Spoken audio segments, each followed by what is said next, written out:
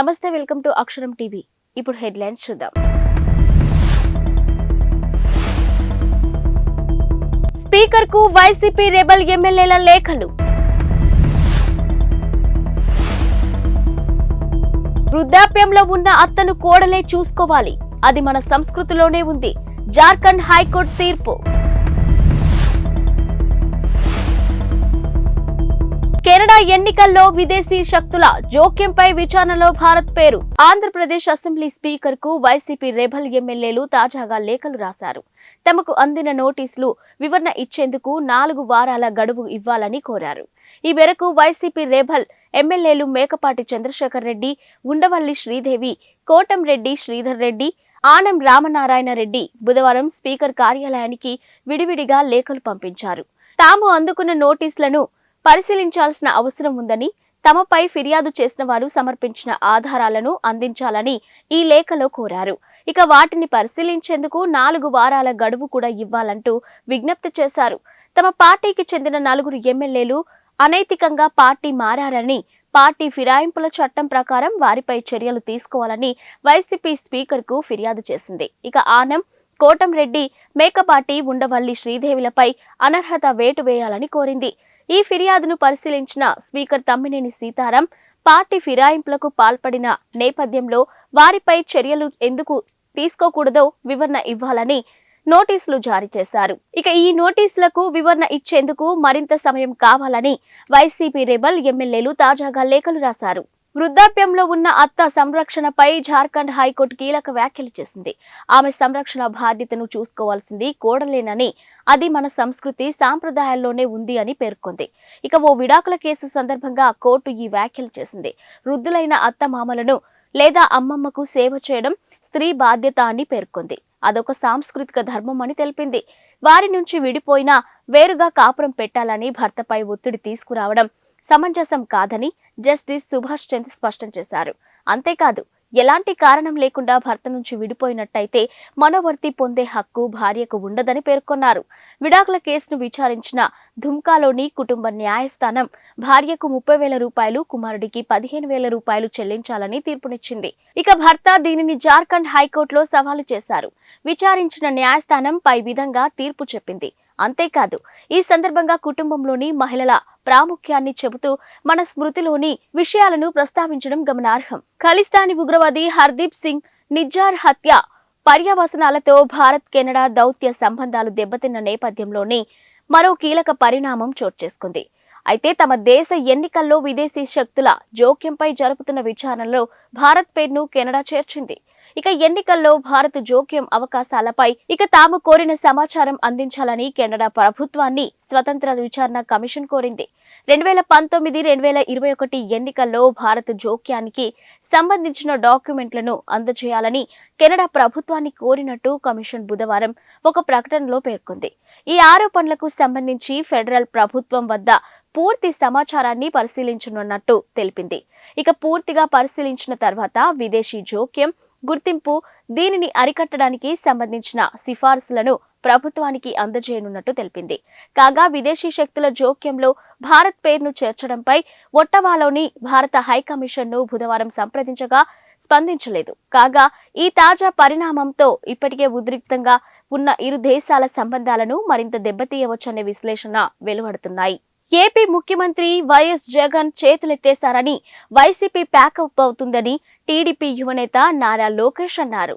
X వేదికగా ఆయన ఈ వ్యాఖ్యలు చేశారు. ఇక హ్యాపీగా దిగిపోతా ఎన్నికల ముందు జగన్ స్వరంలో నిరాశ పేరుతో ఆంధ్రజ్యోతి దినపత్రికలోని వచ్చిన వార్తను ఆయన షేర్ చేశారు. ఇక 56 నెలలుగా అధికారంలో ఉన్నాను, నేను బెటర్గానే చేశానని అనుకుంటున్నా, ఎలాంటి విచారం లేదు, ఇప్పటికిప్పుడైనా సంతోషంగా దిగిపోతా అంటూ జగన్ నిర్వేదాన్ని వ్యక్తం చేసినట్టు ఈ వార్తలో ఉంది. ఇక తిరుపతిలో జరుగుతున్న ఎడ్యుకేషన్ సమ్మిట్లోని ఆయన ఈ వ్యాఖ్యలు చేశారని సదరు పత్రిక పేర్కొంది. హైదరాబాద్ బిర్యానీ ప్రపంచ వ్యాప్తంగా పాపులర్. దీనికి జతగా ఇప్పుడు బిర్యానీ టీ కూడా వచ్చేసింది. ప్రస్తుతం నగరంలో ఈ సరికొత్త ట్రెండ్ వెళ్లాలనుకుంటుంది. ఇక బిర్యానీ రుచిని టీకి జత చేయాలన్న ఆలోచనలో నుంచి పుట్టిన ఈ బిర్యానీ టీ నగరవాసుల మన్ననలు పొందుతుంది. చాలా చోట్ల బిర్యానీ టీ స్టాళ్లు కూడా పుట్టుకొచ్చాయి. ఇక బిర్యానీ టేస్ట్ కు ప్రధాన కారణం అందులో వాడే మసాలా దినుసులే. ఇక భారతీయులందరూ ఇష్టపడే ఒకే ఒక్క పానీయం టీ. ఈ రెండింటిని ఓ చోట చేర్చి తయారు చేసేదే బిర్యానీ టీ. ఇక వేడి నీళ్ళలో స్ట్రాంగ్ టీ పొడితో పాటు బిర్యానీలో వాడే ఆకులు, దాల్చిన చెక్కలు, మసాలా దినుసులు, సోంపు, కావలసినన్ని యాలకులు, నల్ల మిరియాలు, గసగసాలు, అర టీ స్పూన్ ఫెన్నెల్, అర టీ స్పూన్ టీ ఆకులు జోడించి దీన్ని తయారు చేస్తున్నారు. ప్రస్తుతం మార్కెట్లో ఉన్న టీ వెరైటీల కంటే ఇదే భిన్నంగా ఉండడం ఈ పానీయం నగరవాసులకు బాగా నచ్చడంతో అనేక చోట్ల బిర్యానీ టీ స్టాళ్లు ప్రారంభమవుతున్నాయి. ఇక పేరుకే బిర్యానీ టీ అయినా దీనికి బిర్యానీ రుచితో ఏమాత్రం సంబంధం ఉండదు.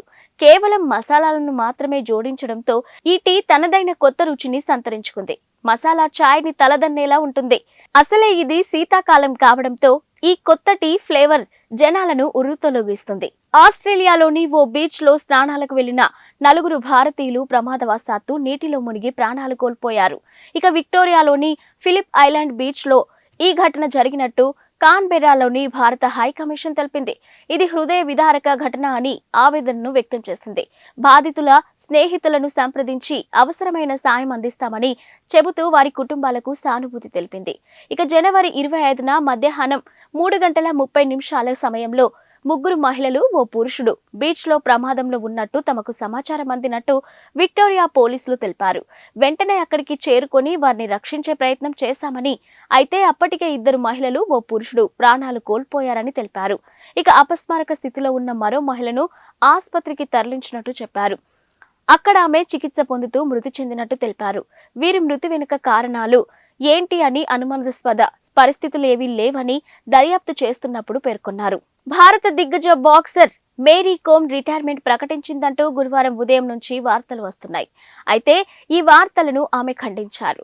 తాను ఇంకా రిటైర్మెంట్ ప్రకటించలేదని స్పష్టం చేశారు.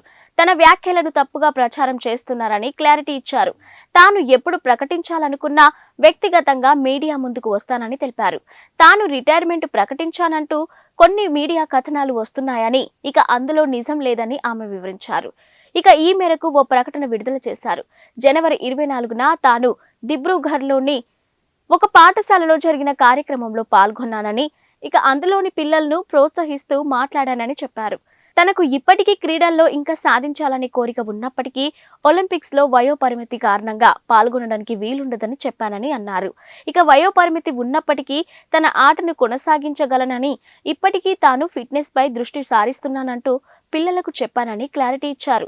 తాను రిటైర్మెంట్ ప్రకటించినప్పుడు ఖచ్చితంగా అందరికీ తెలియజేస్తానని అన్నారు. 5 మ్యాచ్ల టెస్టు సిరీస్ లో భాగంగా ఉప్పల్లో జరగనున్న తొలి టెస్టులో ఇంగ్లాండ్ జట్టు టాస్ గెలిచి బ్యాటింగ్ ఎంచుకుంది. ఇక బజ్బాల్ ఆటతో భారత్ కు ముక్కుతాడు వేస్తామని ప్రకటించిన ఇంగ్లాండ్ పోరుకు ముందే టీమిండియాపై పైచేయి సాధించే ప్రయత్నం చేసింది. అయితే స్వదేశంలో వరుసగా 16 టెస్టు సిరీస్లను గెలిచిన భారత్ ను ఇంగ్లాండ్ ఎలా అడ్డుకుంటుందన్నది ఆసక్తికరమే. అయితే 2012లో భారత్ చివరిసారి సొంత గడ్డపై ఇంగ్లాండ్ చేతిలోనే ఓడడం కొంత కలవరపాటుకు గురిచేసే అంశమే. ఇక మరోవైపు ప్రపంచ టెస్ట్ ఛాంపియన్షిప్ ఫైనల్ పరంగా చూసుకున్నా కూడా భారత్ కు ఇది ఎంతో ముఖ్యమైన సిరీస్. ఇక రోహిత్ సేన ప్రస్తుతం 4 టెస్టు సిరీస్లలో 2 విజయాలు, ఓ ఓటమి, 1 డ్రాతో 54.16 పాయింట్లతో WTC పట్టికలో 2వ స్థానంలో కొనసాగుతుంది. అయితే ఇంగ్లాండ్ 5 టెస్టుల్లో 2 సిరీస్లలో 2 విజయాలు, ఓటములు, 1 డ్రాతో 7వ స్థానంలో ఉంది. టాస్ అనంతరం రోహిత్ శర్మ మాట్లాడుతూ 5 మ్యాచ్ల టెస్ట్ సిరీస్ ను తొలిసారి ఆడుతున్నట్టు చెప్పారు. అయితే కుర్రాళ్ళందరూ ఉత్సాహంగా ఉన్నారని, ఇలాంటి వాతావరణంలో తాము గతంలోనూ ఆడామని చెప్పుకొచ్చాడు. 3 స్పిన్నర్లు, 2 పేసర్లతో బరిలోకి దిగుతున్నట్టు చెప్పాడు. మాలిలో ఘోర ప్రమాదం జరిగింది. అక్రమంగా నిర్వహిస్తున్న బంగారు గని కూలింది. ఈ ప్రమాదంలో 70 మందికి పైగా మృత్యువాత పడ్డారు. గత వారం జరిగిన ఈ విషాద ఘటన ఆలస్యంగా వెలుగులోకి వచ్చింది. భయాందోళనల మధ్య సెర్చ్ ఆపరేషన్ జరుగుతుంది. ఇక మృతుల సంఖ్య మరింత పెరిగే అవకాశం ఉందని మాలి geology and mining directorate senior అధికారి కరీం బెర్త్ వెల్లడించారు. ఇక నైరుతి కౌలికోరాలోని ప్రాంతంలోని కంగబాగా జిల్లాల్లో ఈ దుర్ఘటన జరిగిందని తెలిపారు. గని కూలడానికి గల కారణాలపై దర్యాప్తు చేస్తున్నామని తెలిపారు. కాగా ప్రమాదం జరిగిన 4 రోజుల తర్వాత ప్రకటన విడుదల చేయడం గమనార్హమని అన్నారు. ఇక మైనింగ్ లో పాల్గొన్న చాలా మంది చనిపోయారని, వీరిలో అత్యధికులు మైనర్లు కూడా ఉన్నారని చెప్పారు. భవిష్యత్తులో ఇలాంటి ప్రమాదాలు జరగకుండా మైనింగ్ రంగంలో కొన్ని చర్యలు తీసుకురావాల్సి ఉందని బెర్తే అన్నారు. బుధవారం ఉదయం 10 గంటలకు ఆన్లైన్ విడుదల చేసిన శ్రీవారి 300 రూపాయల టికెట్ల ప్రవేశ దర్శనకు టికెట్లు గంటల వ్యవధిలోనే అమ్ముడుపోయాయని టీడీపీ ప్రకటించింది. ఇక భక్తులు కేవలం 2 గంటల 45 నిమిషాల వ్యవధిలోనే కొనుగోలు చేశారని తెలిపింది.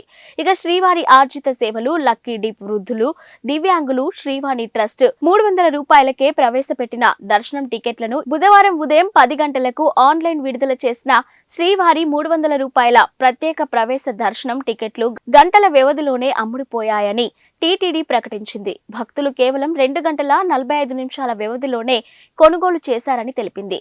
ఇక శ్రీవారి ఆర్జిత సేవలు, లక్కీ డిప్ వృద్ధులు, దివ్యాంగులు, శ్రీవాణి ట్రస్ట్ 300 రూపాయల ప్రత్యేక ప్రవేశ దర్శనం టికెట్లను ఈ నెల 18 నుంచి 24 మధ్య టీటీడీ అందుబాటులో ఉంచింది. కాగా ఏప్రిల్ నెలకు సంబంధించి శ్రీవారి దర్శన టికెట్లు పొందిన భక్తుల కోసం మాత్రమే తొలిసారి వసతి గదుల కేటాయింపును ఆన్లైన్లో నిర్వహించింది. ఈ మేరకు టీటీడీ వివరాలను వెల్లడించింది. ఇవి ఇప్పటివరకున్న బులెటిన్ అప్డేట్స్.